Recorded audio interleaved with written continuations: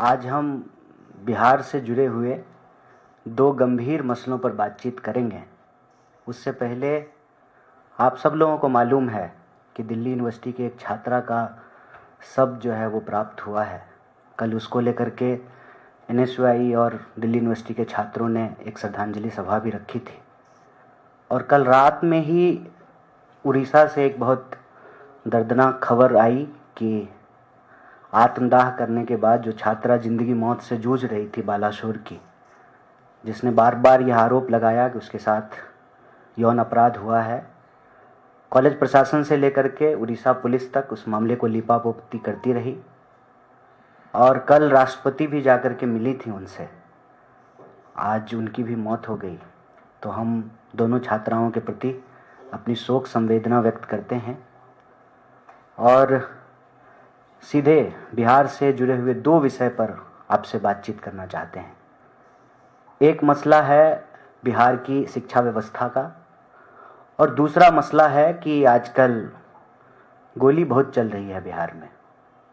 पहले एजुकेशन पे बात करेंगे। आप लोगों ने एक खबर सुना होगा, देखा होगा, आप लोगों ने उस खबर को छापा होगा अपने अखबारों में कि बिहार में एक अजीबोगरीब मसला सुनने को मिला कि कॉलेज के प्रिंसिपलों की नियुक्ति लॉटरी के माध्यम से की गई। और लॉटरी के माध्यम से जब नियुक्तियां की गई तो स्वाभाविक रूप से महिला कॉलेज के प्रिंसिपल भी पुरुष बन गए। उसके बाद जो है वाइस चांसलर साहब का इंटरव्यू आया और बहुत सारी सफाई जो है वो दे रहे थे। फिर भी उस इंटरव्यू में जो उन्होंने 3 महत्वपूर्ण बात कही है, उससे बिहार में शिक्षा व्यवस्था किस स्थिति में है इसका पता चलता है। एक तो उन्होंने कहा कि शहरों के कॉलेज के प्रिंसिपल लोग बनना चाहते हैं, तमाम सिफारिशें आती हैं, तो जब एक पोस्ट के लिए कई दावेदार हैं और बड़े बड़े लोगों की सिफारिश आती है तो लॉटरी निकालने के अलावे हमारे पास कोई उपाय नहीं था। और दूसरा उन्होंने कहा कि कोई नियम तो नहीं है ना कि महिला कॉलेज का प्रिंसिपल कोई पुरुष नहीं बन सकता है। बात ठीक है, नियम तो नहीं है, लेकिन प्रेसिडेंस यही है कि महिला छात्रावास की वार्डन महिला होती है और महिला कॉलेज की प्रिंसिपल महिलाएं होती हैं। नियम तो नहीं है, लेकिन नियम से बिहार में शिक्षा व्यवस्था चल ही नहीं रही है। मनमानेपन का नियम है। और आपने देखा होगा कि बिहार में जो है साला, साली, जीजा, बेटा, बेटी, तमाम तरह के आयोग बन रहे हैं। शिक्षकों की नियुक्तियां कैसे हो रही हैं, प्रिंसिपल की नियुक्ति कैसे हो रहा है, वाइस चांसलर की नियुक्ति कैसे हो रहा है, इसका पूरा पर्दाफाश जो है अपने आप होता हुआ दिखता है। बिहार की शिक्षा व्यवस्था को लेकर के आज एक कहावत बिल्कुल फिट बैठती है, अंधेर नगरी चौपट राजा, टके सिर भाजी, टके सिर खाजा। मतलब मनमाने तरीके से बिहार में शिक्षा व्यवस्था चल रही है। कहने को उच्च शिक्षा है जो अपने निम्नतम स्तर पर है। निम्नतम स्तर पर कहने का मतलब यह है कि आप किसी भी कॉलेज में टोटल इनरोल्ड स्टूडेंट का नंबर देख लीजिए। एक दिन अगर सारा स्टूडेंट आ गया एक दिन, तो कॉलेज में पांव रखने की जमीन नहीं होगी।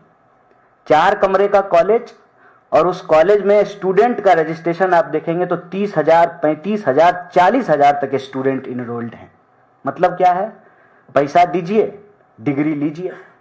लेबर मार्केट है बिहार, किसी तरह से डिग्री ले लीजिए, नौकरी तो वहां मिलेगी नहीं, फिर वो डिग्री लेकर के पूरे देश में नौकरी के लिए भटकते रहिए। शिक्षा की हालत यह है कि प्रोफेशनल कोर्स के नाम पे मनमाने ढंग से फीस वसूली की जाती है। नियमित जो है सेशन नहीं चलता है। पूरे देश में ग्रेजुएशन 3 साल में होता है, बिहार में 5 साल में होता है। पंचवर्षीय योजना है। उसके बाद इंफ्रास्ट्रक्चर के नाम पे कुछ नहीं है, ना हॉस्टल है, ना लाइब्रेरी है, ना लैब है, ना जो है कॉमन रूम है।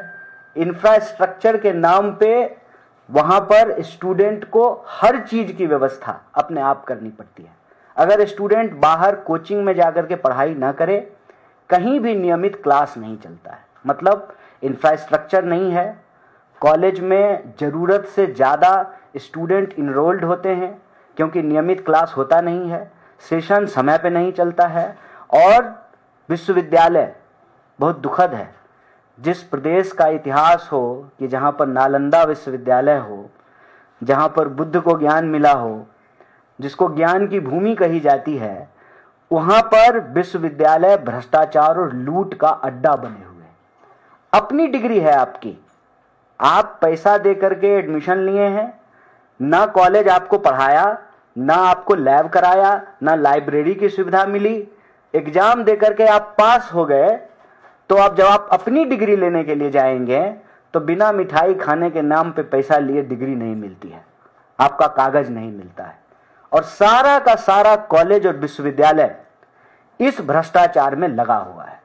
और यह भ्रष्टाचार का सिस्टम जो है उसी को पर्दाफाश करता है यह लॉटरी सिस्टम से प्रधानाध्यापकों की और प्रिंसिपलों की, प्राचार्यों की नियुक्तियां, क्योंकि पूरा का पूरा कट कमीशन का सिस्टम बना हुआ है। वही वाइस चांसलर बनेंगे जिनकी सरकार में दखल है। वाइस चांसलर साहब जो वाइस चांसलर बन गए हैं तो अब जो है वो वाइस चांसलर नहीं है, सीईओ हैं उस यूनिवर्सिटी के। वहां से उगाही करनी है, कट कमीशन ऊपर मंत्रालय तक पहुंचाना है, पैसा स्टूडेंट से वसूलना है और फिर उनको जो है कागज की डिग्री देनी है। शिक्षा के नाम पे न नियमित क्लास है। और ये मैं दावे के साथ बोल रहा हूं, अगर हिम्मत है तो बिहार की सरकार, बिहार के शिक्षा मंत्री और बिहार के वाइस चांसलर हमारे खिलाफ मुकदमा कर सकते हैं। मैं पूरी जिम्मेदारी से यह कह रहा हूं कि बिहार के विश्वविद्यालयों को लूट और भ्रष्टाचार का अड्डा बना दिया गया है। बिहार के विश्वविद्यालयों में पढ़ाई नहीं होती है, नियमित क्लास नहीं होते हैं, सेशन नियमित नहीं है, इंफ्रास्ट्रक्चर जर्जर हालत में है और प्रोफेशनल कोर्स के नाम पे आसमान छूती महंगाई के शिकार हैं स्टूडेंट। मनमाना फीस वसूला जाता है। और मैं कह रहा हूं ऑन कैमरा, आप जा करके किसी जमाने में अपनी गौरवशाली परंपरा के लिए जानी वाली आप दरभंगा मेडिकल कॉलेज हॉस्पिटल को जाकर के देख लीजिए। छत गिर जाएगी कभी भी स्टूडेंट के छत पे, लाइब्रेरी नहीं है, लैब नहीं है। अभी जब बारिश हो रही है तो जो है भवनों में पानी जमा हुआ है, सांप घूम रहा है, चूहा घूम रहा है, आईसीयू में जो है पेशेंट को चूहा काट ले रहा है। ये स्थिति है बिहार की शिक्षा व्यवस्था की। और मोदी जी बिहार जाते हैं, नीतीश जी के साथ अपना चमकता हुआ नूरानी चेहरा वाला फोटो लगाते हैं और कहते हैं कि बिहार विकास के इसी रास्ते पे आगे बढ़ेगा। यही विकास है जहां 3 साल में डिग्री नहीं मिल रही है, क्लास रेगुलर नहीं हो रहा है, लाइब्रेरी है ही नहीं, लाइब्रेरी है तो किताब नहीं है। यही विकास है। ये एक बहुत गंभीर मसला है। जब हम नहीं चाहते थे कि इस पर बातचीत हो, लेकिन जब पूरी दुनिया बात कर रही है और हमारे ऊपर हंस रही है कि बिहार में क्या स्थिति हो गई है कि प्रिंसिपलों की नियुक्तियां लॉटरी के माध्यम से हो रहा है, ये अपने आप में बिहार की शिक्षा व्यवस्था को पर्दाफाश करता है। और हम यहाँ से एआईसीसी के इस मंच से बिहार सरकार से ये मांग करते हैं, बिहार में जो शिक्षा की दुर्दशा है उस पर तुरंत कार्रवाई करें। अन्यथा हम बिहार के विद्यार्थियों से ये अपील करते हैं कि ये मौका है, जो सरकार आपकी ना सुने आप उनकी मत सुनिए। हर 5 साल में चुनाव इसलिए होता है, ये रिपोर्ट कार्ड होता है सरकार का, कि अगर सरकार ठीक से काम नहीं कर रही हो तो 5 साल में उसको बदल दिया जाए। इस पर बिहार के विद्यार्थी विचार करें। दूसरा जो एक विषय आपके सामने रखना चाहते हैं कि सुशासन के तमाम दावों के बावजूद कोई ऐसा दिन नहीं बीतता है कि बिहार में कहीं ना कहीं गोली न चल रही हो। कल ही बेगूसराय में गोली चली। बिहार का कोई ऐसा शहर नहीं है जहां दिन दहाड़े गोलियां नहीं चल रही हैं। अपराधी खुले तौर पर अपराध कर रहे हैं और बड़ी बेशर्मी से बिहार के डिप्टी सीएम कहते हैं ऑर्गेनाइज्ड क्राइम खत्म हो गया है। सारा अपराधी ऑर्गेनाइज होकर के विधानसभा पहुंच गया है। अब तो पूरा कट कमीशन का सिस्टम है। अब तो जो है शूटर घूम रहे हैं, किराए के भाड़े के गोली चलाने वाले घूम रहे हैं, क्योंकि उनका सरगना तो सरकार में बैठा हुआ है। पुलिस का इकबाल खत्म हो गया है और तमाम विरोध के बावजूद नीतीश कुमार हमारे साथ नहीं है, लेकिन ये नीतीश कुमार का सरकार चलाने का तरीका नहीं है। इसका साफ मतलब है कि नीतीश जी सरकार नहीं चला रहे हैं। नीतीश जी के नाम पे कोई और सरकार चला रहा है, जो बिहार में सुशासन के तमाम दावों की पोल खोलता है और आज सवाल का जवाब नहीं देना पड़े, इसीलिए बार बार 90 को याद करते हैं। सरकार में आए हुए 20 साल हो गए हैं। ऐसा नहीं होता है कि ट्रेन आगे चलते चलते पीछे चलने लगे। बिहार में जो अपराध की स्थिति है, उससे तो यही लगता है कि ये डबल इंजन जो है एक ही दिशा में नहीं चल रहा है। ये डबल इंजन ट्रेन के 2 दिशाओं में लगा हुआ है, एक आगे एक पीछे, और ये अपोजिट फोर्स बिहार में लग रहा है। ये डबल इंजन की सरकार नहीं है। ये डबल इंजन दरअसल खराब है, बेकार है, अचेत है। और डबल इंजन जो है इस महंगाई में, जब डीजल 100 रुपये लीटर हो गया है, एवरेज नहीं दे रहा है। इस डबल इंजन का पूरा फोकस जो है वो बिहार को लूट करके अपने खजाने को भरना है। और जो आयोग और कमीशन बने हुए हैं बिहार के लोगों की बेहतरी के लिए, वो आयोग और कमीशन जो है वो दामाद आयोग, बेटा आयोग, बेटी आयोग बन गया है। इसीलिए चाहे अपराध की बात हो या शिक्षा की दुर्दशा की बात हो, यह बिहार के भविष्य की बात है। बिहार की मौजूदा स्थिति चिंताजनक है। हम कांग्रेस पार्टी की तरफ से न सिर्फ इसके खिलाफ बोल रहे हैं, बल्कि सड़कों पर हैं। और हम बिहार की जनता से ये कहते हैं कि जो सरकार आपकी शिक्षा ना बचाए, आपके जान माल की रक्षा ना करे, अपनी कुर्सी की रक्षा में लगी हुई हो, उससे उसका कुर्सी छीन लेना जरूरी है। बहुत बहुत शुक्रिया। आपके कोई सवाल होंगे तो मैं यथासंभव उत्तर देने की कोशिश करूंगा। धन्यवाद। कन्हैया जी, आपने बोला अपनी प्रेस कॉन्फ्रेंस में कि नीतीश कुमार सरकार नहीं चला रहे हैं, कोई और बैकडोर से सरकार चला रहा है। तो क्या आप ये आरोप और ये एलिगेशन बीजेपी पे लगा रहे हैं कि बीजेपी सरकार चला रही है और नीतीश कुमार सिर्फ एक पपेट सीएम के तौर पे है वहां पे? देखिए, नीतीश जी सरकार अगर चला रहे हैं तो गोली कौन चलवा रहा है, इसलिए हम ये सवाल पूछ रहे हैं। क्योंकि नीतीश जी जब आए थे तो उन्होंने कानून व्यवस्था को दुरुस्त कर देंगे, ये उनका सबसे बड़ा दावा था। अगर वो सरकार चला रहे हैं तो गोली कौन चला रहा है, और जो गोली चलवा रहा है वही सरकार चला रहा है। और यह बिहार के लिए अच्छा नहीं है कि लगातार अपराधियों के मनोबल बढ़ रहे हैं, पुलिस का इकबाल खत्म हो गया है। और मैं तो कहता हूं इस हद तक कि पुलिस महकमे में भी बैठे हुए लोग अपराधियों से मिले हुए हैं। अगर ऐसा नहीं है तो शराबबंदी के बावजूद शराब कैसे मिल रहा है? आप बिहार में अपना कैमरा बंद करके लोगों से बात कर लीजिए, कहेगा थाने से ही होम डिलीवरी हो जाती है। मुझे बता दीजिए सरकार कौन चला रहा है? सरकार अगर नीतीश जी चला रहे हैं तो शराब कौन पिला रहा है? सरकार अगर नीतीश जी चला रहे हैं तो गोली कौन चला रहा है? सरकार अगर नीतीश जी चला रहे हैं तो नीतीश जी तो परिवारवाद पे भाषण देते थे, फिर बेटा बेटी को जो है आयोग में कौन बिठा रहा है? इसीलिए यह प्रश्न जो है हम लोग उठा रहे हैं। और इस प्रश्न पे जब हम कह रहे हैं कि कोई और चला रहा है तो बोलने में कोई गुरेज थोड़ी है। यह सच है कि बीजेपी जो है नीतीश जी को निपटाने के लिए पूरा कार्यक्रम बनाई है। Kanhaiya ji, so you want to say that Jungle Raj was better than this Nitish period? No, there is no comparison between these two things. मतलब क्रीम का मसला नहीं है ना कि मुंह वाला क्रीम बढ़िया होगा कि पैर वाला क्रीम बढ़िया होगा। यह लोगों के जान माल का मसला है। किसी भी राज्य में अगर आम लोगों की जान जा रही हो, इसमें क्या तुलना करना है? ये तुलना की बात नहीं है, हकीकत की बात है। हकीकत ये है कि रोज गोली चल रही है और बीजेपी जो है वो बिहार के लोगों को याद दिलाती है कि 90 का राज आ जाएगा। इसलिए हमने ये बात कहा कि 90 तो वापस नहीं आ सकता है। आ सकता है क्या? आप दोबारा जवान नहीं हो सकते हैं। इतिहास में जाकर के जो है देश चलेगा नहीं, देश तो आगे बढ़ेगा।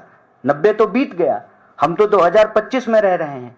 लेकिन 2025 में जब रोज गोलियां चल रही हैं और जो लोग जंगल राज बोलते हैं उन्हीं के राज में चल रहा है, तो फिर उनसे सवाल पूछा जाना चाहिए। बताइए, भ्रष्टाचार पे इतना भाषण देती है बीजेपी, अभी उसके एक मंत्री के ऊपर नकली दवा बेचने का आरोप लगा है।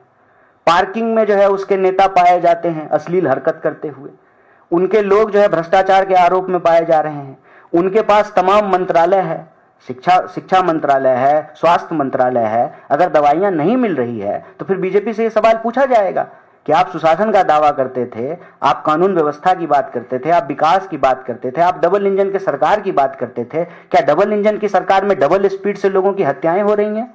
डबल इंजन की सरकार में डबल स्पीड से जो है भ्रष्टाचार हो रहा है, लूट हो रहा है, कट कमीशन से सरकार चल रहा है, और डिप्टी सीएम आकर के कह रहे हैं कि संगठित अपराध खत्म कर दिए हैं, सारे संगठित अपराधी जो है एमएलए बन गए हैं, अब नीचे जो है उनके गुर्गे राज चला रहे हैं। पुलिस का इकबाल कैसे खत्म हो गया है? कैसे दिन दहाड़े जो है गोलियां चल रही हैं?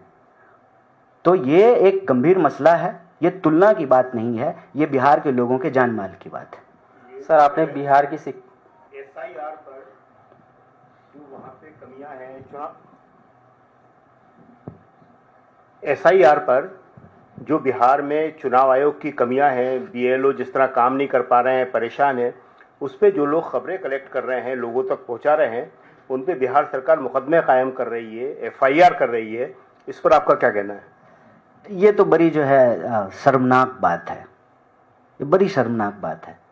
बिहार में बीजेपी लगातार सरकार में थी, लेकिन बिहार में शासन प्रशासन चलाने का तौर तरीका ये गुजरात वाला नहीं था कि आरटीआई एक्टिविस्ट के ऊपर मुकदमा कर दिए, किसी कॉरपोरेट की चोरी पे सवाल उठाया तो मानहानि का केस कर दिया, हत्याएं करवा दी। ये बिहार की संस्कृति नहीं है। बिहार में शासन प्रशासन चलाने का ये तौर तरीका नहीं रहा है। इससे दिखाता है कि नीतीश जी सरकार नहीं चला रहे हैं। ये भाजपा का स्टाइल है कि अगर आपसे कोई सवाल पूछेगा, आपके उसके ऊपर जो है झूठे मुकदमे कर देंगे, आप जो है उनको पकड़ करके जेल में डाल देंगे। आप अपनी कमियों को दुरुस्त कीजिए। आप कमियों को दुरुस्त करने के बजाय जो है पत्रकारों के ऊपर जेल कर रहे हैं। ये सीधे सीधे पत्रकारों को ये संदेश दे रहे हैं कि अब की बार बिहार आइएगा तो संभाल के आइएगा, अगर आप सच बोलेंगे तो आपके ऊपर मुकदमे हो सकते हैं। ये बड़ी दुखद और बड़ी शर्मनाक बात है, और कांग्रेस पार्टी की तरफ से हम इसकी पुरजोर मुखालफत करते हैं। सर,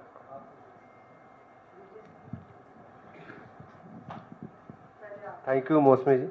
कन्हैया जी, सवाल ये है कि एसआईआर के मुद्दे पे जो है चुनाव आयोग का ये कहना है कि हम शुद्ध मतदाता सूची चाहते हैं। आप लोग लगातार आंदोलन करने की बात कर रहे हैं, और खबर ये भी है कि लाखों की तादाद में मतदाता सूची से जो मतदाता है उनको बाहर किया जा सकता है, जो शुद्ध मतदाता सूची से संबंधित नहीं है। और चुनाव आयोग का ये भी कहना है कि कुछ इलाकों में बांग्लादेश के, म्यांमार के और नेपाल के भी नागरिक पाए गए हैं जो मतदाता सूची में शामिल थे। आप लोगों की रणनीति आने वाले वक्त में क्या रहने वाली? देखिए, अव्वल तो चुनाव आयोग की तरफ से कोई ये कहता और सवाल पूछता तो अच्छा रहता जवाब देने में। शुद्ध मतदाता सूची, तो अशुद्ध मतदाता सूची कौन बनाया? कोई पॉलिटिकल पार्टी बनाई है कि चुनाव आयोग ही बनाई? मतलब चुनाव आयोग ये मानती है कि हम अशुद्ध मतदाता सूची बनाए थे। बिहार में गंगा बहती है, मतदाता सूची को एक बार डुबकी लगवा दीजिए, शुद्ध हो जाएगा। ये कोई बात होती है? आप अपने ही प्रोसेस को क्वेश्चन कर रहे हैं। 2003 में आपने ये प्रोसेस किया था। इसका मतलब विपक्ष जो बार बार यह सवाल पूछ रही है, राहुल गांधी जो बार बार यह सवाल पूछ रहे हैं कि गलत मतदाता सूची तैयार हुआ है, मतलब राहुल गांधी ठीक है? राहुल गांधी अगर ठीक हैं तो कांग्रेस पार्टी ने जो मांगा है चुनाव आयोग से, उसको वो डेटा दे देना चाहिए, वो सीसीटीवी फुटेज दे देना चाहिए, वो जो है मतदाताओं की सूची दे देनी चाहिए। मतलब चुनाव आयोग यह स्वीकार करती है कि उससे गलती हुई है, गलत मतदाता सूची तैयार किए हैं वो।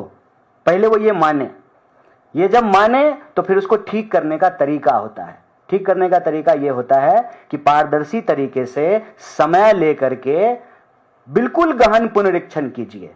3 महीने में क्या गहन होगा, 13 महीने में गहन कीजिए, 3.5 साल में खूब गहन पुनरीक्षण कीजिए। पुनरीक्षण से किसी को कोई प्रॉब्लम नहीं है, कोई ये नहीं कह रहा कि पुनरीक्षण मत कीजिए, लेकिन पुनरीक्षण कीजिए मतदाता सूची तैयार करने के लिए। नागरिकता का प्रमाण पत्र देना या नागरिकता को प्रमाणित करना या नागरिकता के बारे में प्रमाण मांगना, यह चुनाव आयोग का काम नहीं है, यह गृह मंत्रालय का काम है। तो आप मतदाता पुनरीक्षण के नाम पे जो है एनआरसी मत शुरू कर दीजिए। एनआरसी करने का काम जो है वो जो है गृह मंत्रालय का है, एक बात। दूसरी बात, आप स्वीकार कर रहे हैं कि गलती है, गलती ठीक कीजिए, बिल्कुल ठीक कीजिए। खुद बीएलओ आकर के कह रहे हैं ऑन कैमरा कि इतने कम समय में कैसे होगा। बीएलओ एक घर पे बैठा रहता है, उसके वॉलंटियर जो है 4 घर में फॉर्म भरवा रहे हैं। वो क्या फॉर्म भर रहा है, क्या फॉर्म नहीं भर रहा है। अरे आप लोग भी तो बहुत सारे बिहार के लोग हैं ना, आपको तो सच्चाई मालूम है कि कैसे फॉर्म भरा जा रहा है। और मतदाता प्रमाण पत्र के लिए, मतदाता सूची तैयार करने के लिए जो डॉक्यूमेंट्स मांगे गए हैं, तो सरकार के द्वारा जारी किया गया कोई भी डॉक्यूमेंट मान्य होना चाहिए। आप जन्म प्रमाण पत्र मांग रहे हैं, तो जन्म प्रमाण पत्र बिहार के कितने % लोगों के पास है? और अपना तो छोड़िए, माँ बाप का जन्म प्रमाण पत्र मांग रहे हैं। बिहार में जन्म प्रमाण पत्र मिलेगा? 50% स्टूडेंट जो है जनवरी में ही जन्मा है। भले ऐसा संभव है क्या? 1 जनवरी, 2 जनवरी, 3 जनवरी, 5 जनवरी सबका बर्थडे है, मेरा ही 2 बर्थडे है। बताइए, ये हकीकत है। क्योंकि आप स्कूल में गए पढ़ने के लिए, जन्म प्रमाण पत्र होता नहीं है, मास्टर साहब को जो मन किया वो लिख दिए। 1 जनवरी, 2 जनवरी, 4 जनवरी, 5 जनवरी अपना अपना जो है सर्टिफिकेट निकाल करके देख लीजिए। ये बिहार की हकीकत है। तो जो सालों से रह रहे हैं, जिनके पुरखे वहां रह रहे हैं, ठीक है, उनका सारा डॉक्यूमेंट है। अब आप मतलब बाहर से जाकर के बिहारियों को कह रहे हैं कि ये साबित कीजिए कि तुम बिहारी हो कि नहीं हो। तो मैं तो यही कहता हूं, बिहार के लोगों इस बार इनको बता देना कि हम पक्के बिहारी हैं। जो इसमें 3 विषय है वो बहुत महत्वपूर्ण है। पहला कि चुनाव आयोग ने यह स्वीकार ही नहीं किया कि मतदाता सूची में कोई गड़बड़ी है। अब जाकर के वो स्वीकार किए कि मतदाता सूची में गड़बड़ी है। दूसरा, मतदाता सूची तैयार करना नागरिकता प्रमाणित करने की प्रक्रिया नहीं है। तो सरकार के द्वारा जारी किया गया कोई भी ऑफिशियल डॉक्यूमेंट, क्योंकि वो कोई घर में तो नहीं बना रहा है, सरकार जारी कर रही है, वो उसमें मान्य होना चाहिए, जो माननीय सुप्रीम कोर्ट ने भी कहा। और तीसरा, खूब गहन पुनरीक्षण कीजिए ना। 3 महीने में क्यों, 1 साल, 1.5 साल, 2 साल लेकर के खूब आराम से जो है गहन पुनरीक्षण कीजिए। अभी तो जो है जैसे तैसे भागम भाग में टारगेट पूरा करना है। जैसे कॉर्पोरेट में नहीं होता टारगेट पूरा करना है, वैसे टारगेट पूरा करने के लिए बीएलओ को दे दिया है। वो जो है वॉलंटियर भेज करके टारगेट पूरा करा रहा है। और चौथा, इस पूरे मसले पर जब चुनाव आयोग फंस गई, जब सुप्रीम कोर्ट ने भी कहा कि आप कौन होते हैं ये पूछने वाले और कि आप नागरिक हैं कि नहीं है ये साबित कीजिए। डीएम के टेस्टिमोनियल्स हैं, डीएम के इंटरव्यूज हैं, डीएम के वीडियोज अवेलेबल हैं, जिसमें वो कह रहा है कि आप नागरिक हैं कि नहीं है इसका जांच करना जरूरी है। आप नागरिक हैं तभी तो आप वोटर होंगे। ये डीएम के स्टेटमेंट्स हैं। और इस पे जब पत्रकारों ने पूछना शुरू किया, पूरे देश में माहौल बन गया, चुनाव आयोग इसमें फंस गई, तो अब जो है दायां बायां निकलने की कोशिश कर रहे हैं। इसीलिए एक खबर प्लांट करा दिया गया कि जो है म्यांमार के और बर्मा के जो है लोग बिहार में पाए गए हैं। भाई, बिहार के लोग पूरी दुनिया में पाए जाते हैं, कौन बिहार आ रहा है? पलायन इतनी बड़ी समस्या है, बिहार के लोग जो है पूरी दुनिया में जा रहे हैं, कौन बिहार चला जाएगा हमको बताइए। ये विश्वास करने वाली बात है। अगर मान लें कि ये खबर सही है, प्लांटेड नहीं है, तो गृह मंत्री कौन, हम हैं कि जैसा के बाबूजी हैं? तो जैसा के बाबूजी जवाब दें। लैंड लॉक स्टेट है ना, बॉर्डर स्टेट तो नहीं है बिहार। उधर सामने नेपाल लगता है, इंटरनेशनल बॉर्डर है। उसकी जिम्मेवारी किसकी? केंद्र सरकार की या जो है विपक्ष की? लॉ एंड ऑर्डर का मसला है, घुसपैठ का मसला है, इसमें तो नीतीश कुमार भी दोषी नहीं है, क्योंकि नेपाल की सीमा की रक्षा करने का काम बिहार पुलिस का नहीं है। वो सशस्त्र सीमा बल करती है, बॉर्डर सिक्योरिटी फोर्स करता है। उसके हेड जो है वो तो जैसा के बाबूजी हैं। अगर ऐसा हुआ है तो फिर उसके लिए कौन जिम्मेवार है? और 2003 में ही आपने ये प्रोसेस किया था, इसका मतलब 2003 का प्रोसेस भी ठीक नहीं है। अगर 2003 का प्रोसेस ठीक नहीं है, इसका मतलब 2005 में जो है गलत तरीके से जो है नीतीश कुमार मुख्यमंत्री बन गए। और सिर्फ गलत तरीके से 2005 में वो मुख्यमंत्री नहीं बने, तीसरी बार मुख्यमंत्री बने। और 2014 में मोदी जी को तो 39 सीट मिला है वहां से। इसका मतलब सारे म्यांमार के लोगों ने जब मोदी जी को वोट दे दिया, नेपाल के लोगों ने वोट दिया है। और सिर्फ 14 में ही नहीं, फिर 19 में भी दे दिया सबसे ज्यादा सीट, अभी 24 में ही हाल ही में दे दिया है। तो सारे सांसदों को जो है, अभी हुआ है ना चुनाव, सबका जो है सदस्यता रद्द कीजिए, दोबारा से 40 सीट पे चुनाव कराइए। खेल फंस गए तो जो है डिरेल कर देते हैं। मुद्दा भटकाओ योजना। म्यांमार और बांग्लादेश के लोग, नेपाल के लोग बिहार में पाए गए, अगर खबर सही है, जिम्मेवार कौन है? और फिर चुनाव जब क्यों हो रहे हैं? ये सब डिरेल करने की बात है। चुनाव आयोग बुरी तरीके से इसमें फंस गई है। जो राहुल गांधी कह रहे थे वह बात सही साबित हो गई है। ये चोरी का जो कार्यक्रम था वो पकड़ा गया है। तो ये नया तरीका बना लिए थे लिपापोती करने का कि थोड़ा बहुत दिखा देंगे, दायां बायां माहौल हो गया है, सब ठीक है एकदम, ऐसा ही जो है आरोप लगाती है विपक्ष। लेकिन अब इसमें फंस चुके हैं। और इनका जवाब इनको देना पड़ेगा, और विपक्ष के नाते हम ये सवाल उठाते रहेंगे। तो आपको लगता है कि एसआईआर के बहाने ये लोग वोटर काटने की तैयारी कर रहे हैं? नहीं, लगता नहीं है इसमें लगने के लिए अब कोई कुछ बचा नहीं है, ऐसा है जी। वो हम तो बीएलओ नहीं हैं, वो तो जाके आपको पूछना पड़ेगा, लेकिन रिस्क ये है कि आप पे केस हो सकता है, और बेऊर जेल की हालत बहुत खराब है तिहाड़ के मुकाबले, तो ये तो आपको जाके देखना पड़ेगा। शिक्षा व्यवस्था की गुणवत्ता को लेकर बिहार में, तो आप ये बताइए, क्या कुछ आंकड़े आपके पास हैं, क्या कुछ आधार है कि कौन सी यूनिवर्सिटी का कितना सेशन लेट चल रहा है? कुछ आंकड़े लाए हैं आप? अभी तीन जगह पे जो है प्रिंसिपल की नियुक्ति हुई और लॉटरी से हुआ है, ये अपने आप में ही सब कुछ कह रहा है। इससे ज़्यादा एविडेंट आंकड़ा क्या देना चाहिए? किसी भी आप अपने ज़िले के जो है डिग्री कॉलेज में चले जाइए, बिहार के एक कॉलेज में 30-30 हज़ार स्टूडेंट इनरोल्ड हैं, और उस कॉलेज को जब आप देखिएगा तो आपके दिमाग में एक ही विचार आएगा, अगर 30,000 स्टूडेंट एक दिन कॉलेज आया तो खड़ा कहाँ होगा? बैठने की छोड़ दीजिए, खड़ा कहाँ होगा? और कोई भी बिहार से जो पढ़ा हो, मैं भी पढ़ा हूँ, मेरी भी जो डिग्री है वो 4 साल में मुझे मिला ग्रेजुएशन का।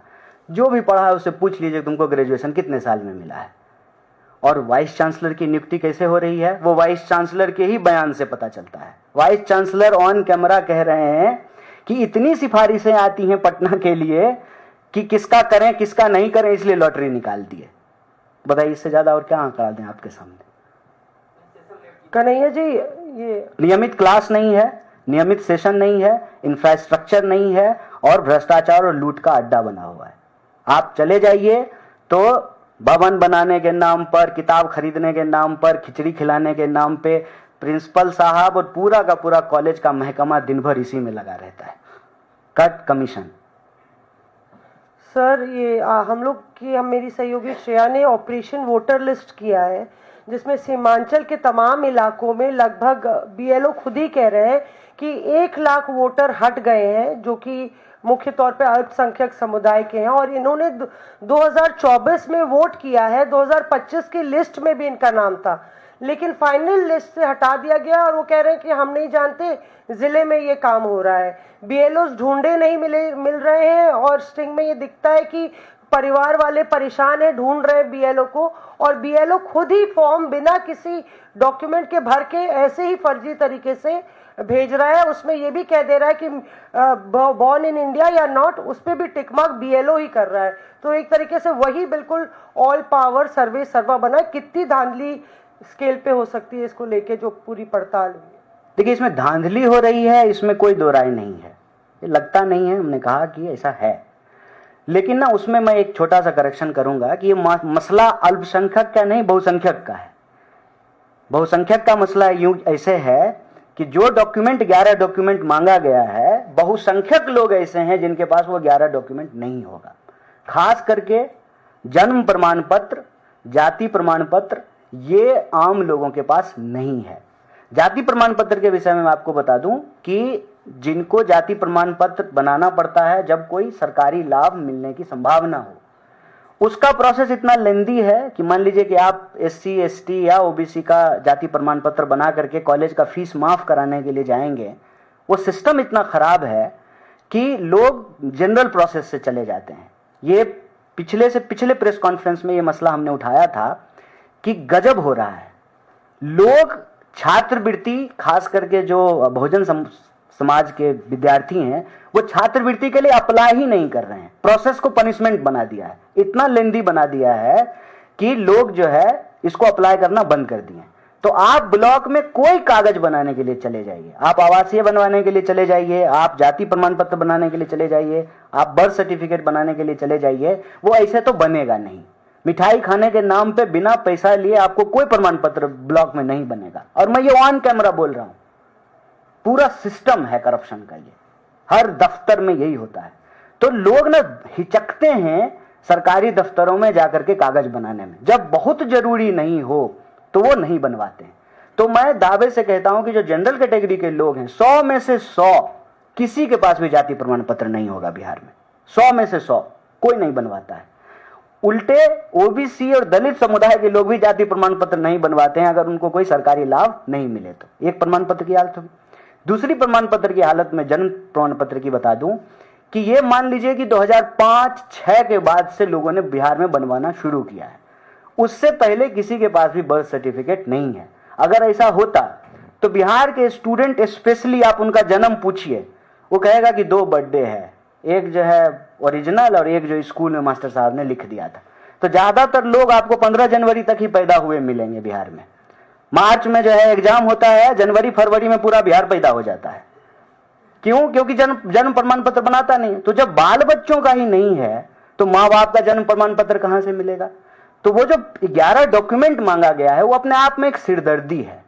इसीलिए हम लोगों ने इस पे सवाल उठाना शुरू किया। तो ये मसला अल्पसंख्यक का नहीं, बहुसंख्यक का है। और बहुसंख्यक जब हम कहते हैं तो सिर्फ एक धर्म के लोग नहीं, सभी धर्म के गरीब लोग इससे परेशान होंगे।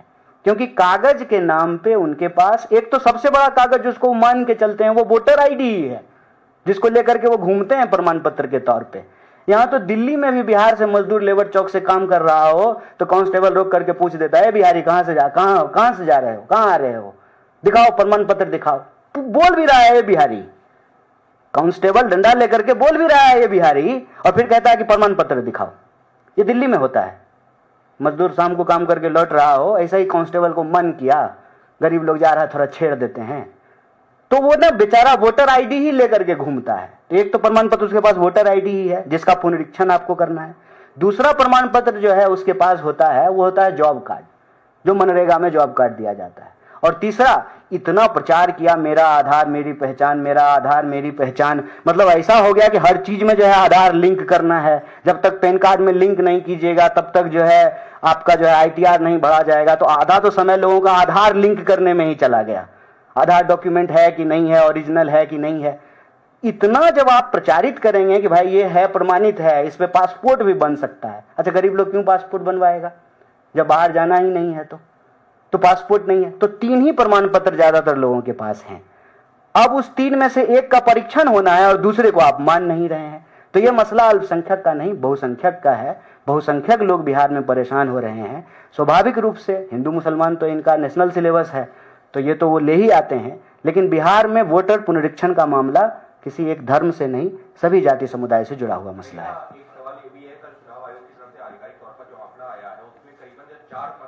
माना गया है जिसमें या तो लोगों की डेथ हो गई है, 1%, 1.5% लोगों की, 2% ऐसे हैं जो कि जो है ट्रांसफर हो चुके हैं, और 1% के आसपास ऐसे हैं जो जिनके पास डबल वोट था। तो उस हिसाब से करीबन 35 लाख लोगों का नाम इस लिस्ट से बाहर होने की जानकारी अब तक जैसी निकल के सामने आई है। ये तो हो रहा है अभी जब 88% माना जा रहा है कि वोटर की जानकारी आई है जो फॉर्म भरे गए, तो 35 लाख लोगों की जानकारी निकल के आ रही है कि उनका नाम कटेगा। तो उसको कैसे देखते हैं? ये बड़ा गजब हो रहा है। लेकिन देखिए, चोर की चोरी पकड़ी गई है और चोर कह रहा है कि हम ईमानदारी का सर्टिफिकेट बांटेंगे। ये क्या मसला है? क्या चुनाव आयोग आधिकारिक तौर पे कह रहा है? चुनाव आयोग तो मान ही नहीं रहा था कि वोटर लिस्ट में कोई गड़बड़ी है। बात यहां से शुरू होनी चाहिए ना।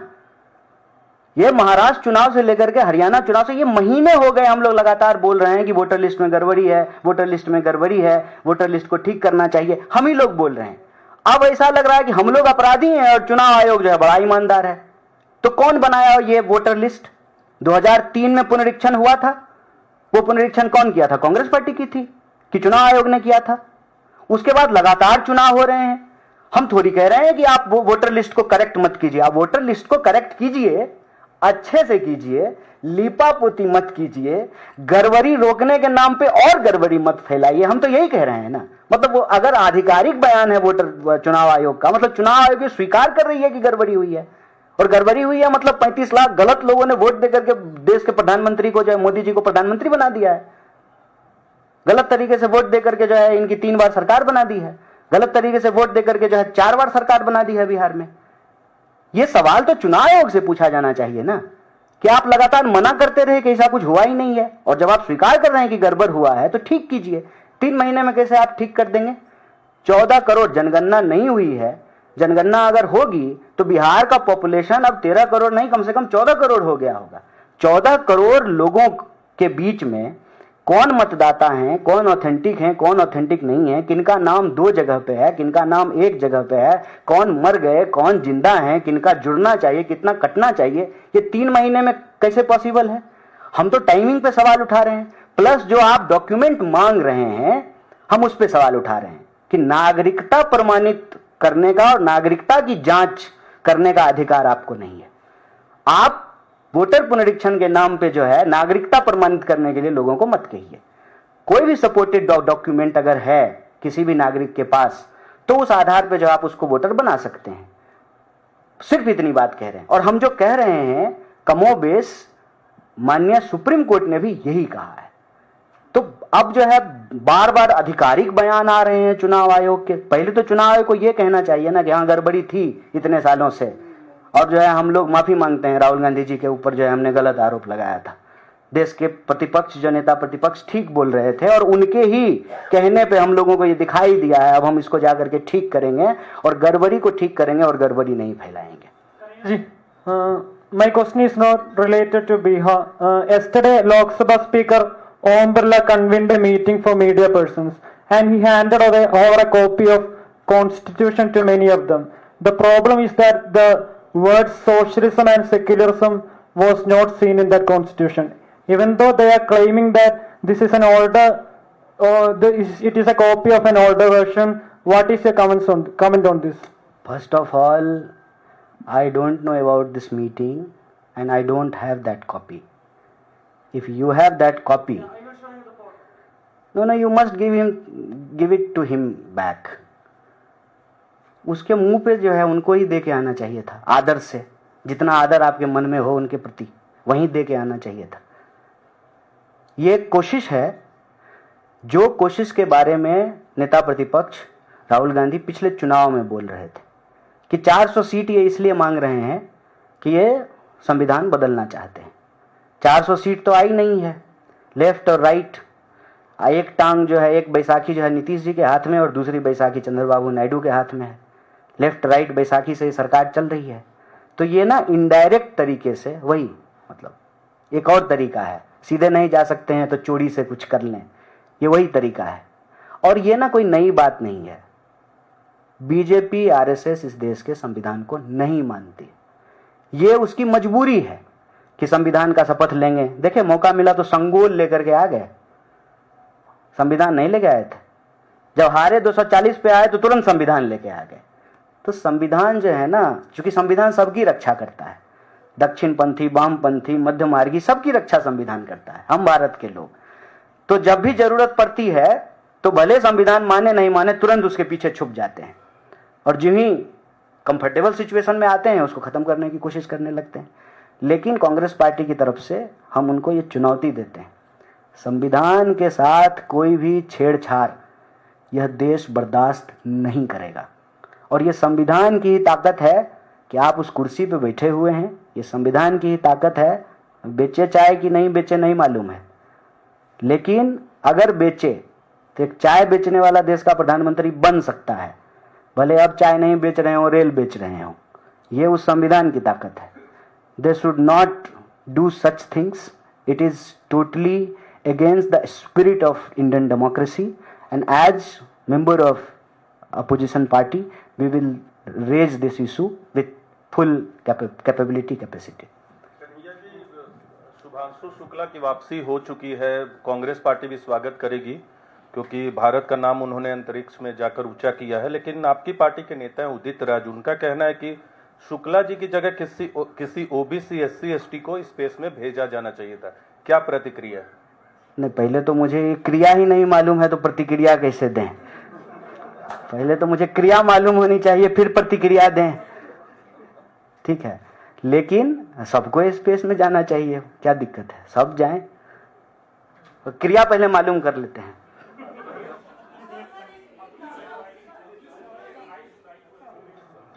सुप्रीम कोर्ट में 9 पॉलिटिकल पार्टियां अपोजिशन की इंडिया ब्लॉक की जो है उन्होंने पिटीशन लगाई। अगली सुनवाई 28 जुलाई को है। उससे पहले एक इलेक्टोरल रोल का ड्राफ्ट जो है वो भी इलेक्शन कमीशन देगा। कुछ सलाह भी सुप्रीम कोर्ट ने दी है, सलाह दी है जो उनको तीनों प्रूफ को मानने के लिए। लेकिन इलेक्शन कमीशन अपने हिसाब से उस प्रोसेस को आगे बढ़ाए हुए है।